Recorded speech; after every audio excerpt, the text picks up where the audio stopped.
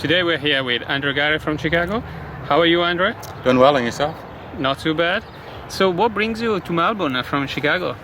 I used to live here about a year ago, and I figured, it was time to come back and escape the cold weather. What makes Melbourne so attractive to you? I mean, you're from a dreamland, yeah? I am from a dreamland, but Melbourne is just so welcoming. The people are nice. Scenery just feels like home. So you don't have these things at home? I do have these things at home, but just for instance, this scenery right here, we're in the middle of a veggie garden in the middle of the city next to a theme park. It's pretty unusual, isn't it? Very unusual. We definitely do not have something like this in Chicago. The grass wouldn't be this green, for instance, in Chicago. Well manicured, we wouldn't have this there. Cool. What do you think about the food? Food in Melbourne, it's interesting. It's a different taste than what we have in Chicago. Like, for instance, we don't put eggs on our burgers. We don't put beets on our burgers. But with that being said, it's so diverse here. You can get almost any type of food you would like. Have you been around Australia much? I have. I actually been to, well, I guess I can't really say that much. I've been to Sydney, Perth, Adelaide. I might have to stop there. Well, there are not many cities in Australia anyway, so yeah, so to choose from. I might have to say that. So, what are your first impressions? What's the city that you would choose and you would settle in? I guess it's still up in the air. I just to break it down, Melbourne, definitely want to settle down and create a family. Melbourne would be the place for it. Sydney, if you're here for a short time and you just want to party, Sydney is definitely the place for you to do all of that. Adelaide, I think you would probably have to be about 60 or 70 to really enjoy Adelaide. It's a very relaxing. Wine country is beautiful. Only thing about it, the city dies at 5 o'clock.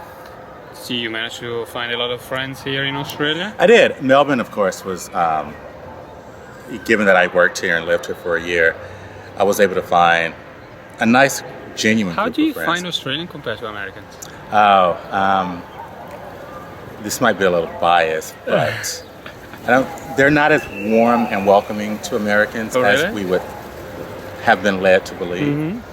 They are very warm and welcoming to Canadians and others of Commonwealth countries, but given that American is of neither, not very welcoming.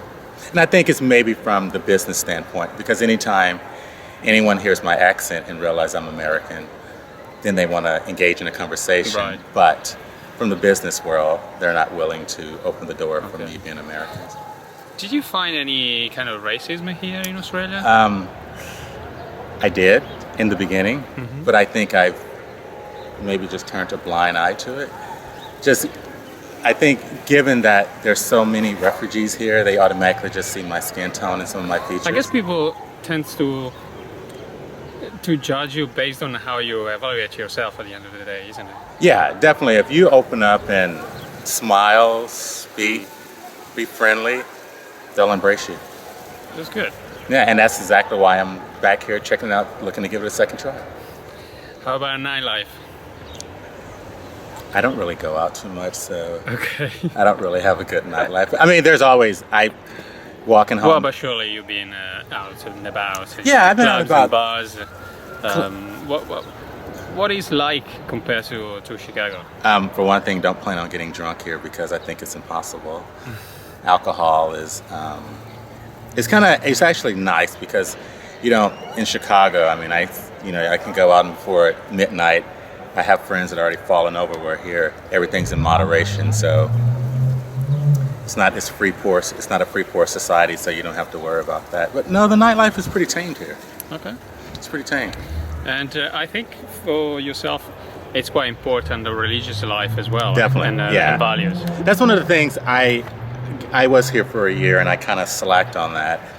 And I mean, there's plenty of churches everywhere. Going down the streets.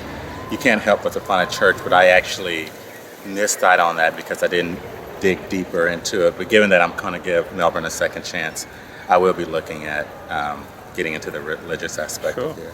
But there's plenty of churches. I just got to find one that I feel comfortable with. Yeah. And well, as we all know, basically Melbourne is one of the top in the chart of the most livable city in It the world. actually is. What do you think, in your opinion, makes it so high?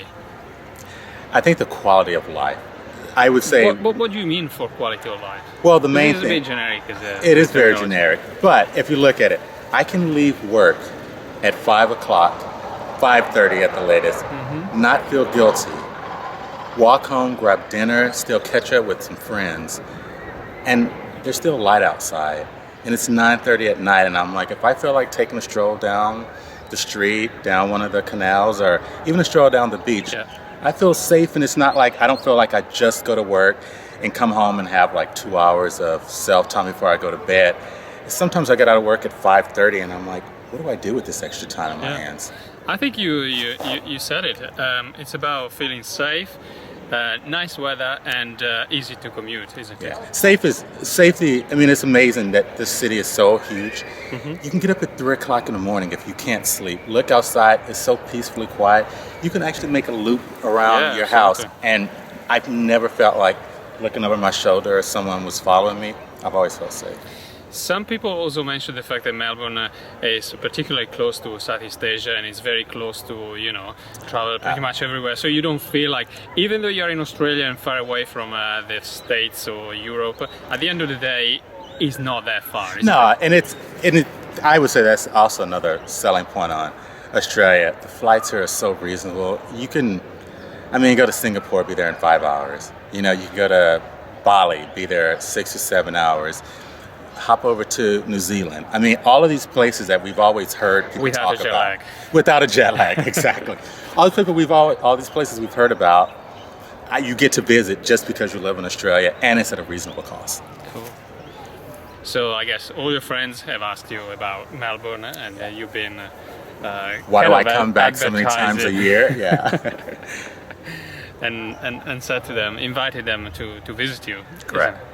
Yeah, and of course, just being from the States, first selling point, we were all raised that Sydney existed. I don't even think we knew Melbourne really existed until we got a little older.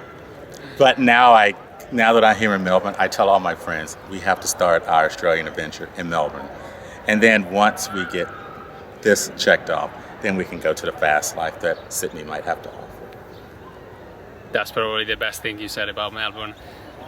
The good things, they just recommend themselves, and it's how we tell friends at the end of the day, isn't it? Right, exactly. Cool. Andrea, good luck for your future in Melbourne, and thank you very much for this interview. Thank you.